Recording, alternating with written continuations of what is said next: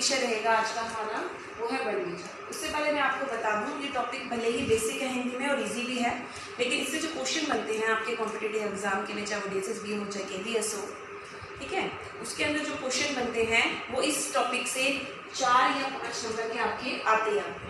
तो आज आपको इस टॉपिक को ध्यान से सिर्फ समझना है बेटा। बुक्स में आपको लिखा हुआ बहुत मिलेगा, लेकिन मेरी गारंटी है कि आज जो इस वीडियो में आपको क्वेश्चंस कवर करवाऊंगी वो आपके 100% एग्जाम में आते हैं। ठीक है, तो आपको सिर्फ कुछ नहीं करना है, ध्यान से इस वीडियो को देखना है और समझना है। ठीक है, तो हम आज पढ़ेंगे बेटा वर्ण विचार। वर्ण विचार के अंतर्गत पहले हम ये जानेंगे कि वर्ण कहते किसे। वर्ण भाषा की वो सबसे छोटी इकाई या ध्वनि कह लो जिसके टुकड़े नहीं किए जा सकते, जैसे क, च। अब मैं लिख दूं यहाँ पे क, च, आप इनके टुकड़े नहीं कर सकते ना, इन्हें अलग नहीं कर सकते। तो ऐसी ध्वनि जिसके टुकड़े नहीं किए जा सकते वो वर्ण कहलाती है, और फिर इनको एक व्यवस्थित क्रम में अगर रख दिया जाए तो ये वर्णमाला का रूप ले लेते हैं। ठीक है, अब आपको ये जानना है कि वर्ण होते कितने प्रकार के हैं। वर्ण 2 प्रकार के होते हैं बच्चों, स्वर और दूसरा होता है व्यंजन। स्वर हमारे 11 होते हैं, कौन कौन से देखो, आ,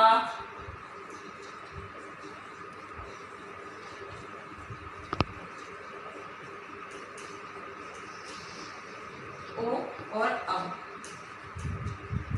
और एक वी भी आता है यहाँ पे आपके। ठीक है, हम इसको अंग और ये ए खाली जो आप बोलते हो, इनको स्वर के अंतर्गत नहीं रखेंगे। इसलिए मूलतः स्वर कितने हो गए हमारे मुख्यतः 1 2 3 4 5 6 7 8 9 10 11। ठीक है, इसको हम स्वर में नहीं गिनते हैं, इस बात का आप ध्यान रखेंगे। एग्जाम में क्वेश्चन आता है, स्वर दे दिए जाते हैं और आपको चुनना होता है, कंफ्यूजन के लिए आपको ये लिखा जाता है और वहां आप नहीं बता पाते हो कि ये भी स्वर में आते हैं या नहीं आते हैं। ठीक है, इस तरह आप देखोगे स्वर हमारे 11 हो गए। एक बात और इसमें समझने की है, अगर मात्राएं पूछी जाएं तो मात्राएं 10 होती हैं, क्योंकि आ की अपनी कोई मात्रा नहीं होती है। आप का लिखो प्लस आ, इसमें मिला हुआ होता है। ठीक है, इसे हम पूरा लिख देते हैं, तो इसकी कोई अपनी मात्रा नहीं होती है, इसलिए मात्राएं पूछी जाएं तो 10 होती हैं। अब उसके बाद आते हैं हम बच्चों व्यंजन। व्यंजन कितने होते हैं मुख्यतः हमारे 33। ठीक है, और इन दोनों का प्लस अगर हम करें, इसका और इसका अगर हम प्लस करें तो पूरे 52 नहीं बनते हैं, लेकिन पूरी तरह हमारे 52 बताए गए हैं वर्ण। ठीक है, लेकिन हमें मुख्यतः ही एग्जाम में आते हैं बेटा। मुख्यतः मतलब कितने स्वर होते हैं मुख्यतः और कितने व्यंजन होते हैं। क, ख, ग, घ, ङ, च, छ, ज, झ और य। उसके बाद देखिए ट, ठ, ड, ढ और इधर त, थ, द, ध और न। फिर आता है प, फ, ब, भ, भ। ठीक है, इस तरह आप देखोगे ये व्यंजन है हमारे, ये का से लेकर मां तक 25 वर्ण हैं, जिनको स्पर्श व्यंजन कहा जाता है। 25 वर्णों को क्या कहा जाता है? स्पर्श व्यंजन। ये आता है आपके एग्जाम में क्वेश्चन कि स्पर्श व्यंजन कितने होते हैं, इनकी संख्या पूछी जाती है कि स्पर्श व्यंजन कितने होते हैं, तो ये आप बताओगे 25। ठीक है, अभी हम पहले इनको आगे नहीं पढ़ेंगे, हम पहले स्वर पे जाएंगे, इसे मैंने आपको व्यंजन पे आए थे इसलिए बताया। अब उससे पहले आप देखेंगे कि स्वर 11 होते हैं, ये मैंने बताया था, और स्वर ऐसे वर्ण होते हैं, ऐसी ध्वनि जिनको बोलते समय, जिनका उच्चारण करते समय हमारे मुख से हवा जो है बिना अवरोध के साथ बाहर निकलती है, वो स्वर कहलाते हैं। ठीक है, स्वर मुख्यतः बेटा देखोगे आप कितने होते हैं। स्वर के प्रकार पूछे जाएं तो पहला होता है ह्रस्व स्वर, जिसे मूल स्वर भी कहा जाता है। दूसरा होता है आपका दीर्घ स्वर, और तीसरा होता है आपका प्लुत। प्लुत का हम ज्यादा जिक्र नहीं करेंगे क्योंकि इसका प्रयोग ज्यादा संस्कृत में होता है, फिर भी मैं आपकी जानकारी के लिए थोड़ा सा बता दूंगी। ह्रस्व स्वर, मूल स्वर, इसकी संख्या पूछी जाती है आपके एग्जाम में कि ये कितने होते हैं। तो ये संख्या में बेटा ह्रस्व स्वर यानी मूल स्वर हमारे होते हैं 4। उसके बाद आता है दीर्घ स्वर। दीर्घ स्वर बताए जाए तो ये होते हैं हमारे सात, और प्लुत हमारा एक थी का साइन बना होता है, जैसे आप ओम लिखो तो इसमें जो थी का साइन बना होता है। ह्रस्व स्वर सबसे पहले समझ लो आप कि कौन कौन से चार ह्रस्व स्वर होते हैं। ह्रस्व स्वर में हम जो छोटा आ आप यहाँ पे देखेंगे, छोटा आ, छोटी ई, छोटा ऊ और री, ये हमारे चार ह्रस्व स्वर होते हैं। ह्रस्व स्वर उन्हें कहते हैं जिनके बोलने में हमें बहुत ही कम समय लगता है, या यूं तो एक मात्रा का समय लगता है, जो बहुत ही जल्दी बोले जाते हैं वो ह्रस्व स्वर कहलाते हैं। और वो संख्या में कितने होते हैं? चार। आपके एग्जाम में यही क्वेश्चन आता है, ह्रस्व स्वर यानी मूल स्वर कितने होते हैं? चार। आपको ह्रस्व ना देके वो मूल स्वर पूछ लेगा, आप यही कंफ्यूज हो जाते हैं। ठीक है, तो ये बेसिक सी चीजें हैं छोटी छोटी जो आपको कवर करने के लिए ध्यान देनी पड़ेगी। और फिर आते हैं हमारे दीर्घ स्वर। दीर्घ स्वर होते हैं बेटा सात। कौन कौन से? बड़ा आ ले लो, बड़ी ई ले लो, बड़ा ऊ ले लो, लेकिन छोटा ए और छोटा ऐ, और फिर आता है ओ और आओ। आप देखोगे कि छोटा ए भी इसमें रखा गया और छोटा ओ भी। ठीक है, इन्हें हमें ह्रस्व स्वर यानी मूल स्वर में नहीं रखना है, इस बात का आप ध्यान रखेंगे, क्योंकि ये किसमें आते हैं? दीर्घ स्वर में। तो इस तरह देख लो आप, ये 1 2 3 4 5 6 7, 7 कितने हो गए? ये दीर्घ स्वर कहलाते हैं। और प्लुत पे आ जाते हैं दीर्घ स्वर, वही जिन्हें बोलने में ज्यादा समय लगता है, ह्रस्व स्वर से दुगना समय लगता है।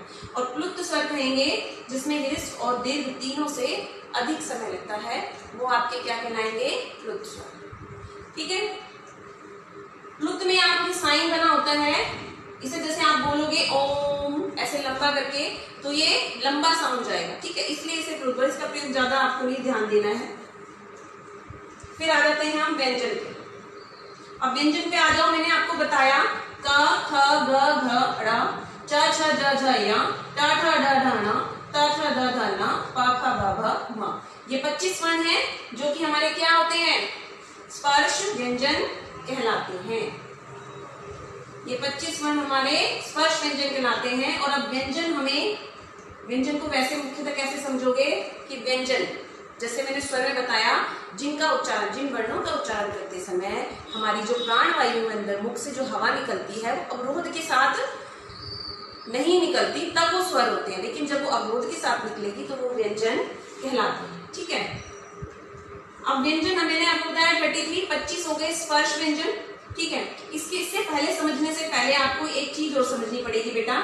ये मान लो हमारा गला है, जब भी हम किसी वर्ण का उच्चारण करते हैं, चाहे वो स्वर है चाहे वो व्यंजन है, वो 5 स्थानों से टकराते हुए, जो हमारी प्राण वायु है वो 5 स्थानों से टकराते हुए मुख से बाहर आती है, एक साउंड क्रिएट करती है तभी। तो पहला क्रम से अगर हम इसे याद रखेंगे तो पहले जो टकराती है वो होता है कंठ।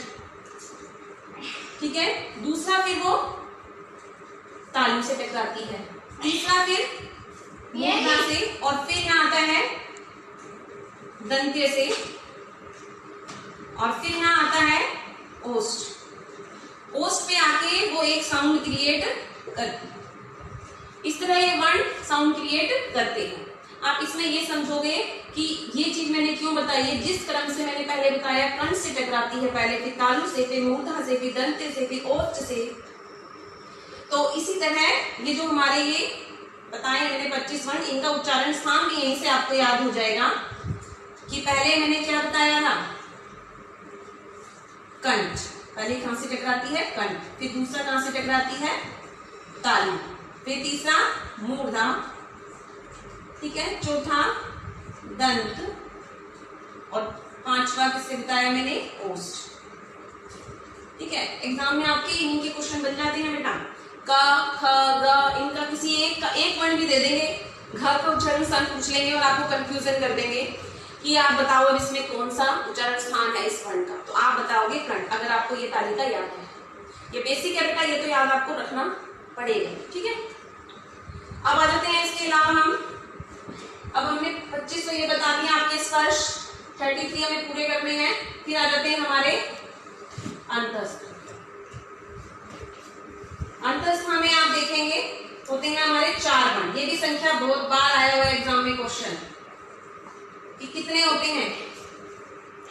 अंतस्थ वर्ण हमारे वो होते हैं 4 और व्यंजन के प्रकार भी इसी तरह निकलते हैं बेटा। जैसे मैंने स्वर का बताया था, विशिष्ट स्वर, दीर्घ स्वर, मूल स्वर, और आपका व्यंजन में भी इसी प्रकार होगा। 3 प्रकार होते हैं व्यंजन के भी, स्पर्श, अंतस्थ और ऊष्म। फिर आपके देखिए ऊष्म में आ जाते हैं आपके श, स और ह। ठीक है, ये आपके आ जाते हैं ऊष्म व्यंजन। अब ये कैसे देखो, यहाँ एक जो अंतस्थ व्यंजन 4 होते हैं, ये भी संख्या में 4 और ये भी संख्या में 4। अंतस्थ व्यंजन में या और व, इन दोनों को अर्ध स्वर कहा जाता है। एग्जाम में पूछने जाता है, चारों दे दिए जाएंगे आपको और आपसे पूछा जाएगा कि या और व, या रा और ला, इनमें से अर्ध स्वर कौन सा है। ठीक है, अर्ध स्वर आप कैसे बताओगे, या और बा दोनों अर्ध स्वर में गिने जाते हैं। ठीक है, उसके बाद रा, रा को बेटा, रा को लुंठित कहा जाता है, ये भी याद रखना। एग्जाम में पूछा जाता है कि रा लुंठित वर्ण कौन सा है। उसके बाद आता है ला,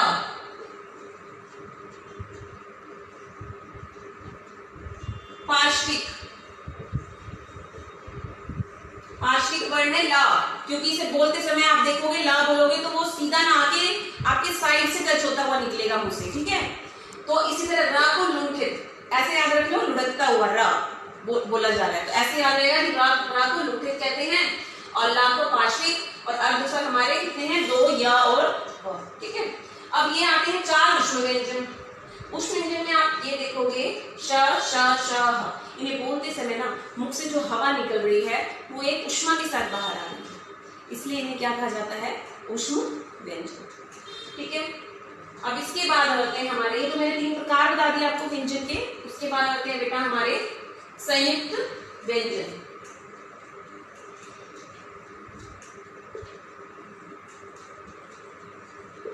संयुक्त व्यंजन अब हमारे कौन से, संयुक्त व्यंजन भी 4 होते हैं संख्या में, सब 4 हैं, इजी है याद रखना, लेकिन बस थोड़ा सा डिफरेंस है, वो आपको जैसे ये इंपॉर्टेंट है यहाँ पे। ठीक है, इसमें सबका एक ही था ऊष्म व्यंजन, ये आपको इजी तरीके से याद हो जाएगा। संयुक्त व्यंजन में देखो हमारे कौन से होते हैं।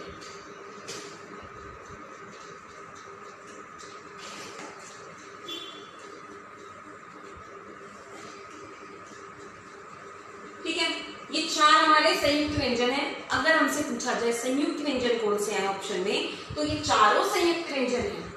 लेकिन अगर हमसे पूछा जाए मिश्रित व्यंजन कौन सा है, तो मिश्रित सिर्फ श है। ठीक है, मिश्रित सिर्फ श है, इसको ही बताओगे आप। और अब इसके साथ साथ आप ये देखो, एक चीज और पूछी जाती है, पूछा जाता है एग्जाम में, स्पर्श संघर्षी वर्ण कौन से हैं। स्पर्श संघर्षी वर्ण इस 25 वर्णों में सिर्फ ये 4 होते हैं, जिन्हें बोला जाता है स्पर्श संघर्षी। ठीक है, स्पर्श संघर्षी वर्ण कितने हैं, 4, च, छ, ज, झ, सिर्फ 4। और इन्हें या को नहीं लेना आपको, सिर्फ 4 वर्ण है, च, छ, ज, झ। ओके बच्चों, ये आज की वीडियो इतनी ही है, ये पार्ट 1 है इस विषय का। अब मैं पार्ट 2 लेके आऊंगी नेक्स्ट वीडियो में, तभी ये टॉपिक कवर हो पाएगा, छोटा टॉपिक नहीं है ये। और उस जो सेकंड पार्ट लेके आऊंगी उसमें काफी क्वेश्चन ऐसे हैं इंपॉर्टेंट और टफ भी है थोड़ा, ये नहीं कि इजी था तो वो भी इजी होगा, वो भी टफ है थोड़ा, तो आपको उसे समझने की जरूरत है ध्यान से। तो आप सेकंड वीडियो में मेरी जरूर देखिएगा, और ये वीडियो अगर मेरी पसंद आई है तो उसे लाइक, शेयर एंड सब्सक्राइब जरूर करिए। और साथ साथ ये भी कहूँगी, अगर कोई डाउट है इस वीडियो को लेके कुछ भी, तो आप कमेंट बॉक्स में आप कमेंट करके मुझे